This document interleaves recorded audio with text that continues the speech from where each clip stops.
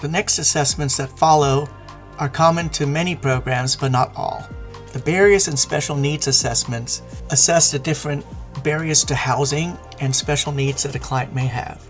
As with health insurance, click on the Check All box next to the barrier title, and that will default the answer to no for all the barriers, and then select yes to the barriers that apply. Also indicate whether that disability or barrier is a condition that is indefinite. The domestic violence assessment asks whether the client is a survivor of domestic violence and whether the experience occurred within the past 3 months or not, and whether the client is currently fleeing. As with all assessments, you do have the ability to restrict this assessment to sharing only within your organization, if the client so chooses. The income assessment collects information on the income and sources that the client has. If the client has a source of income and you selected yes, a list of income sources will appear. Click on the income type that the client has and put the monthly amount that they are receiving. The same with non-cash benefits. If you clicked yes to them receiving non-cash benefits, check on the type, if applicable, of non-cash benefit that they receive. And this is not mandatory, but you can also include the monthly amount for this section.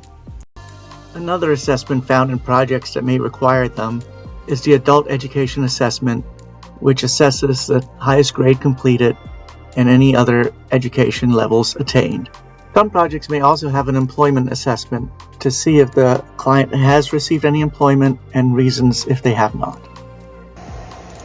Data elements and assessments for specific programs only. The following applies only to coordinated entry, street outreach, and path programs. Street outreach and path programs have a date of engagement in their enrollment intake.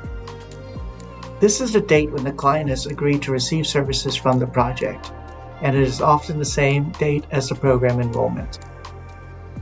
Street outreach, path projects, and coordinated entry have a current living situation field at the time of intake.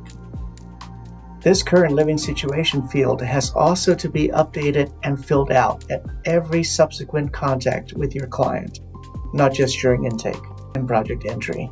An easy way to update the current living situation without always having to go through the workflow or updating through the workflow ellipsis is to go to your home dashboard and pick the Quick Current Living Situation.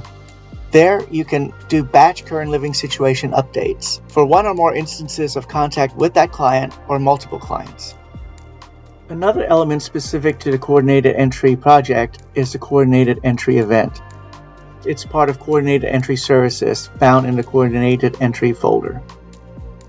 The coordinated entry event collects the date of that event, the type of event, for instance rental assistance or whatever service was part of that coordinated entry action, the provider, the enrollment that the client and this event is under, and any referral to providers.